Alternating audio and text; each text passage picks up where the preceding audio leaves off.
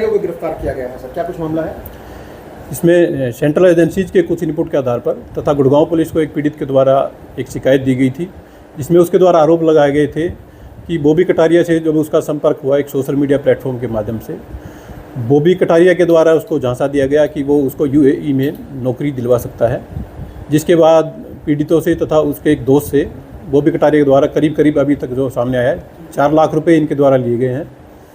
बॉबी कटारिया के द्वारा पीड़ित तथा उसके दोस्त को लाओस भेजा गया, जहां पर कटारिया के द्वारा दिए गए कुछ लोगों से पीड़ित का संपर्क हुआ।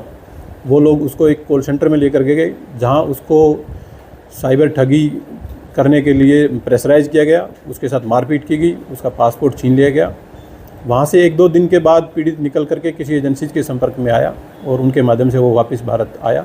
उसने गुड़गांव पुलिस को कंप्लेंट दी तथा उसके आधार पर तथा सेंट्रल एजेंसीज के इनपुट के आधार पर बॉबी कटारिया को कल गिरफ्तार कर लिया गया। कौन लोग हैं पीड़ित, कहाँ के रहने वाले हैं और कैसे उनके साथ होगा? पीड़ित उत्तर प्रदेश का एक रहने वाला है तथा उसका एक अन्य दोस्त है, वो भी वहीं का रहने वाला है। वो लोग गुड़गांव में बॉबी कटारिया से उसके ऑफिस में आकर के मिले थे, जहाँ से इस धोखाधड़ी की घटना की शुरुआत हुई। सिर्फ बॉबी कटारिया इसमें मेन आरोपी है या फिर क्योंकि ऑफिस में बुलाया गया था, ऑफिस में अभी इन्वेस्टिगेशन जारी है, जैसे भी फैक्ट इन्वेस्टिगेशन में आएंगे उसके अकॉर्डिंग पुलिस अपनी कार्रवाई जारी रखेगी। रेड की गई थी गुड़गांव पुलिस की तरफ से बॉबी कटारिया के ऑफिस में, क्या कुछ संदिग्ध बरामद हुआ है? बॉबी कटारिया से अभी तक कुछ नकदी, कुछ इंपॉर्टेंट कागजात तथा कुछ मोबाइल फ़ोन्स अभी तक रिकवर किए गए हैं। किन धाराओं के तहत मामला दर्ज किया गया है?